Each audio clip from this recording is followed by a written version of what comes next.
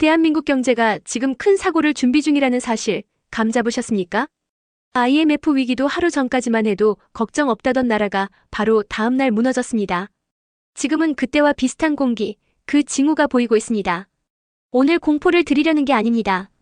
위기는 반드시 전조가 있고 그것을 미리 알아차리고 준비하면 피해를 줄일 수 있습니다. 하지만 지금 우리 사회 곳곳에서 위험 신호가 터져나오고 있습니다. 언론 보도에 따르면 KB신한 하나우리 4대 금융그룹이 2024년 2분기 단 3개월 동안만 포기한 돈이 무려 2조 7천억 원입니다. 그냥 안 갚은 게 아니라 갚고 싶어도 못 갚아서 생긴 손실입니다. 이건 단순한 숫자가 아니라 우리 경제가 어디로 가고 있는지 보여주는 경고입니다. 데이터를 보면 더 확실해집니다. 2023년 2분기 금융권 손실 총액은 2조 1,981억 원. 그런데 2024년 같은 기간에는 2조 7,494억 원으로 무려 25% 늘어났습니다. 특히 하나금융과 우리금융은 36% 넘게 폭증했습니다. 이 수치는 우스워 보일 수 있지만 그 안에는 못 갚는 가계가 속출하고 있다는 현실이 숨어 있습니다. 소득은 물가와 금리만큼 따라오지 못했고 결국 은행도 이 사람은 답이 없다고 손을 든 겁니다. 2025년 1월 기준 대한민국 가계부채는 1,870조 원, 국민 1인당으로 따지면 3,600만 원, 가구당 평균 1억이 넘는 빚을 지고 있습니다. 이제는 민주공화국이 아니라 레버리지 공화국이 된 셈입니다. 그렇다면 우리 같은 개인은 어떻게 해야 할까요? 첫째, 빚을 무조건 줄여야 합니다. 생활비나 투자까지 대출에 의존하는 순간 위기에 가장 먼저 흔들리는 건 개인입니다. 둘째, 지금 가진 자산 구조를 점검해야 합니다. 부동산만 바라보던 시대는 이미 끝났습니다. 현금 흐름을 지켜줄 수 있는 자산으로 분산해두는 게 필요합니다. 셋째, 금융권의 대출 규제와 부동산 흐름을 주기적으로 확인하세요. 거래가 줄어들고 가격 상승세가 꺾인다는 건 거품이 꺼지고 있다는 강력한 신호입니다. 은행들이 포기한 돈이 매년 수조 원씩 늘고 있습니다. 이건 단순한 숫자가 아니라 우리 경제가 심각하게 흔들리고 있다는 신호입니다. 가계부채, 부동산 PF, 자영업 부실이 줄줄이 터지기 시작했습니다. 지금 대비하지 않으면 충격은 그대로 국민이 떠안게 됩니다. 경제학자들마다 해석은 다를 수 있습니다. 하지만 한 가지는 분명합니다. 돈을 빌려주고도 못 돌려받는 규모가 급격히 늘어나고 있다는 겁니다. 2023년 2분기 은행이 포기한 돈은 전년보다 4,400억 원 이상 늘었습니다. 25%가 넘는 급증세였고 2024년에도 5,500억 원 이상 또 증가했습니다. 금리가 오르고 자영업자 연체가 본격화되면서 갚지 못하는 사람들이 늘어난 결과입니다. 문제는 앞으로입니다. 새 정부가 추진하는 금융 취약계층 비탄감 정책이 시행되면 은행의 회수 포기 금액은 더 늘어날 수 있습니다.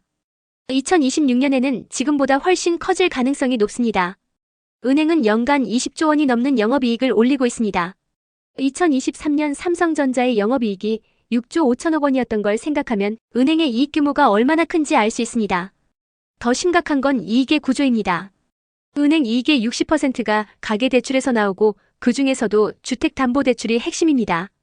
결국 부동산 거품을 기반으로 건설사 시행사은행이 이익을 챙기는 동안 국민은 빚에 허리가 휘고 있다는 얘기입니다. 그렇다면 어떻게 해야 할까요?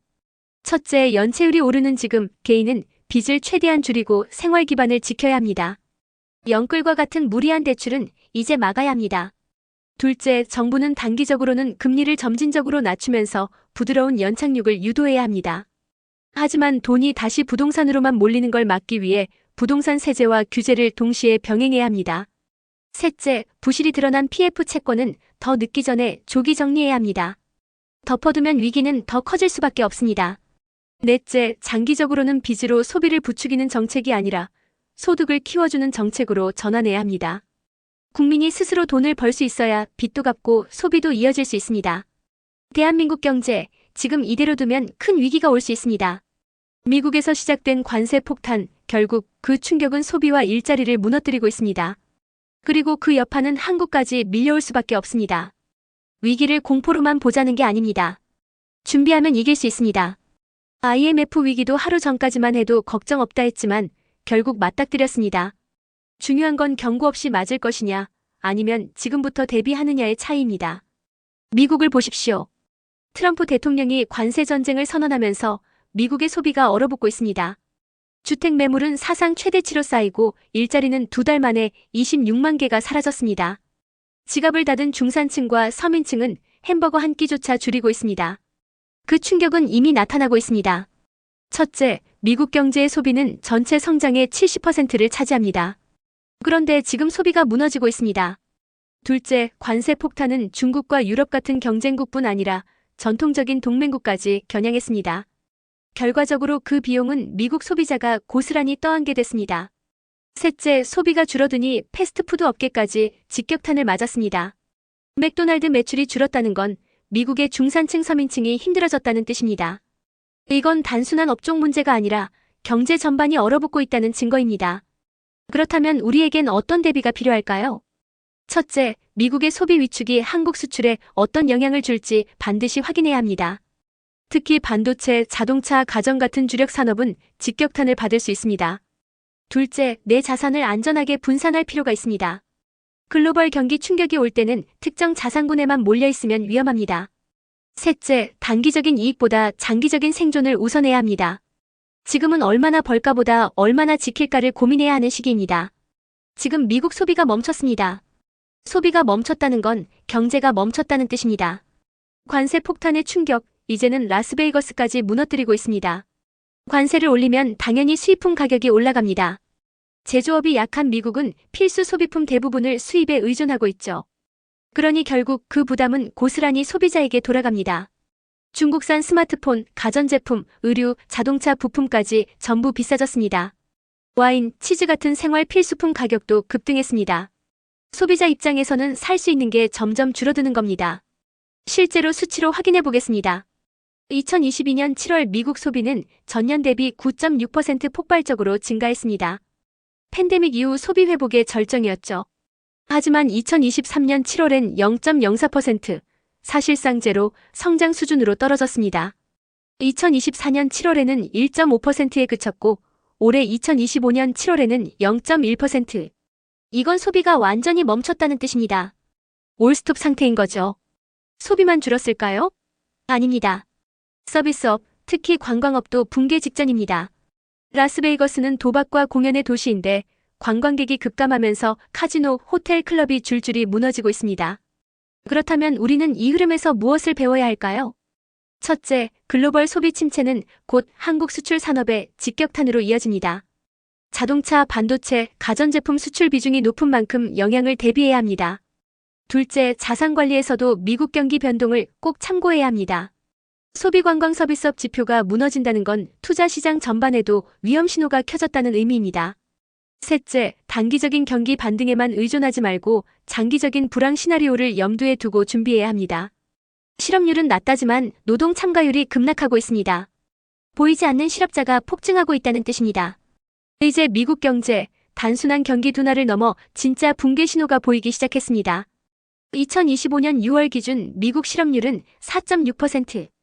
표면상으로는 그리 높지 않아 보입니다. 그런데 진짜 문제는 노동 참가율입니다. 61.9%에서 60.7%로 급락했습니다. 일자리를 찾으려는 사람이 줄었다는 건 그만큼 희망을 잃고 포기했다는 겁니다. 더 충격적인 건 이들이 누구냐는 겁니다. 20대 저소득층, 서비스 노동자, 여성, 이민자. 관광업과 같은 분야에서 보이지 않는 실업자가 쏟아지고 있다는 현실입니다. 첫째, 미국의 카드론 연체율은 사상 최고치를 기록하고 있습니다. 주택담보대출 연체율도 2.3%에서 3.1%로 급등했습니다. 둘째, 미국 중산층 가구의 39%가 생활비가 부족하다고 답했습니다. 이미 중산층이 무너지고 있다는 의미입니다. 셋째, 트럼프 대통령은 이런 상황에서도 AI 부흥을 내세우며 4050대 중간 관리자를 대규모 정리해고하고 있습니다. 결과적으로 지지층이었던 백인 중산층마저 일자리를 잃고 있는 상황입니다. 이 흐름에서 우리는 어떤 교훈을 얻어야 할까요? 첫째, 고용지표만 보는 게 아니라 노동 참가율을 반드시 체크해야 합니다. 실업률만 보는 건 착시일 수 있습니다. 둘째, 연체율이 오르고 있다는 건 금융 시스템에도 불안이 확산되고 있다는 신호입니다. 개인 역시 대출 의존도를 줄여야 합니다. 셋째, 부동산에만 쏠린 투자를 경계해야 합니다. 미국처럼 소비와 고용이 무너지면 자산 시장은 순식간에 불안정해질 수 있습니다. 우리 아파트값, 지금이 역사적 고점일 수 있습니다. 언론은 여전히 공급 부족을 외치지만 실제 통계를 보면 이야기가 다릅니다. 오늘 확실하게 짚어드리겠습니다. 집이 부족하다, 공급이 적다, 전월세가 폭등한다, 매일같이 듣는 이야기입니다. 하지만 주택 보급률은 이미 2019년에 전국 100%를 돌파했습니다. 즉 가구 수보다 주택 수가 더 많아진 겁니다.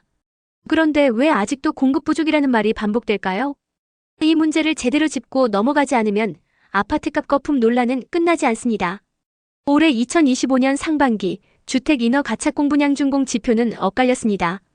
전국 인허가 물량은 작년 대비 7.6% 감소했지만 수도권은 오히려 22.7% 증가했습니다.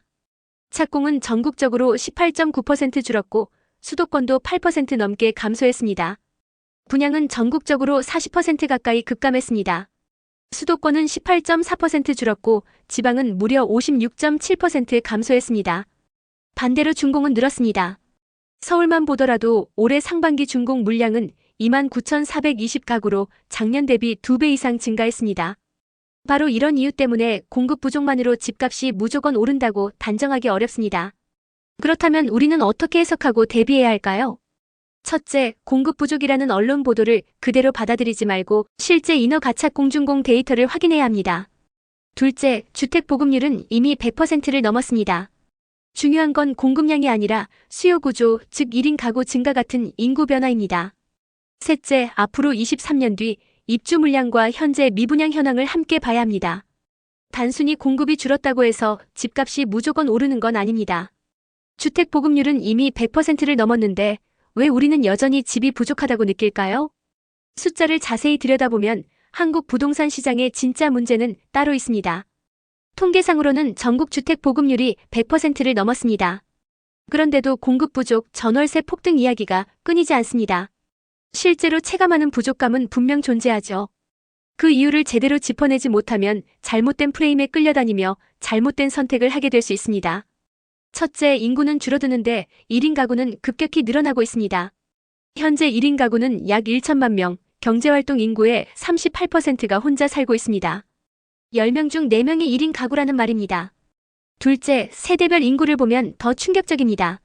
50세 인구는 92만 명, 40세는 84만 명, 20세는 53만 명, 그리고 최근 출생아는 23만 명에 불과합니다. 세대가 바뀔 때마다 인구가 3,040만 명씩 줄어들고 있는 겁니다. 셋째, 주택 보급률은 여전히 전국 100% 이상이지만 서울과 수도권만 보면 2025년 현재 94%까지 내려왔습니다. 바로 1인 가구가 집중적으로 늘어나고 있기 때문입니다. 그렇다면 우리는 어떻게 이해하고 준비해야 할까요? 첫째, 단순히 주택 보급률 숫자만 볼 게 아니라 가구 구조 변화를 함께 봐야 합니다. 인구는 줄어도 1인 가구가 늘면 주택 수요는 여전히 커집니다. 둘째, 전국 평균이 아니라 서울 수도권 데이터를 집중적으로 체크해야 합니다. 공급 부족 논의는 지방보다 수도권에 해당합니다. 셋째, 주택수 통계 해석에도 주의해야 합니다. 원룸형 다가구 주택은 한 채로 계산되지만 실제로는 56가구가 거주할 수 있습니다. 따라서 단순 보급률 계산만으로는 체감 공급 부족을 설명하기 어렵습니다. 서울 주택 보급률이 94%라는데 이 숫자 사실은 틀린 걸 수도 있습니다. 여러분이 믿고 있던 주택 공급 부족 논리, 과연 진짜일까요? 언론에서는 서울은 공급 부족이다라는 말을 계속 반복합니다. 전월세가 오르고 신규 아파트 청약 경쟁이 치열하니 체감상 맞는 말처럼 들리죠. 그런데 통계의 계산 방식까지 들여다보면 이야기가 완전히 달라집니다. 첫째, 통계청에서 주택을 계산할 때 다가구 주택은 그냥 한 채로 집계됩니다. 실제로는 여러 가구가 거주할 수 있는데도 한 채로만 계산되니까 보급률 수치가 실제보다 낮게 나오는 겁니다. 둘째, 오피스텔 기숙사 실버타운 같은 준주택은 아예 주택수에서 빠집니다. 그래서 서울 보급률 94%라는 통계는 실제 체감과는 큰 차이가 있는 수치입니다. 셋째, 단순히 공급 부족이라기보다는 깨끗하고 정비된 주거 환경에 대한 수요가 늘어나면서 체감 부족이 발생하는 겁니다. 신축 아파트 완판 열풍도 이런 니즈와 연결됩니다.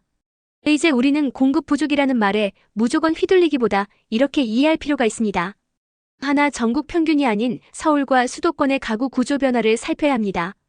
특히 강남의 경우 2022년 기준으로 전체 가구의 40%가 1인 가구일 정도로 급격히 변화하고 있습니다. 둘, 단순 보급률보다 어떤 형태의 주택이 선호되고 있는지를 봐야 합니다. 수치는 충분해 보여도 모두가 원하는 형태의 주택은 부족할 수밖에 없습니다. 셋, 주택 구매를 계획할 때 단기적 수급만 볼 게 아니라 장기 인구 추세까지 함께 고려해야 합니다. 지금은 부족해 보이지만 10년, 15년 뒤에는 전국적으로 공실 폭탄이 현실이 될 수 있습니다. 예를 들어 통계상 전국 주택 보급률은 이미 100%를 넘겼습니다. 그런데도 서울과 수도권은 94%라는 낮은 수치가 나옵니다. 왜냐? 1인 가구 증가와 선호도 집중 때문이죠. 실제로 강남 1인 가구 비중이 40%를 넘고 이들이 원하는 건 오래된 다가구 주택이 아니라 신축 아파트입니다. 그러니 공급 부족이라는 말이 반복되는 겁니다. 그렇다고 지금 큰 빚을 내서 무조건 집을 사야 할까요? 아닙니다. 15년 뒤에는 오히려 그 집이 제값을 못 받을 수도 있습니다.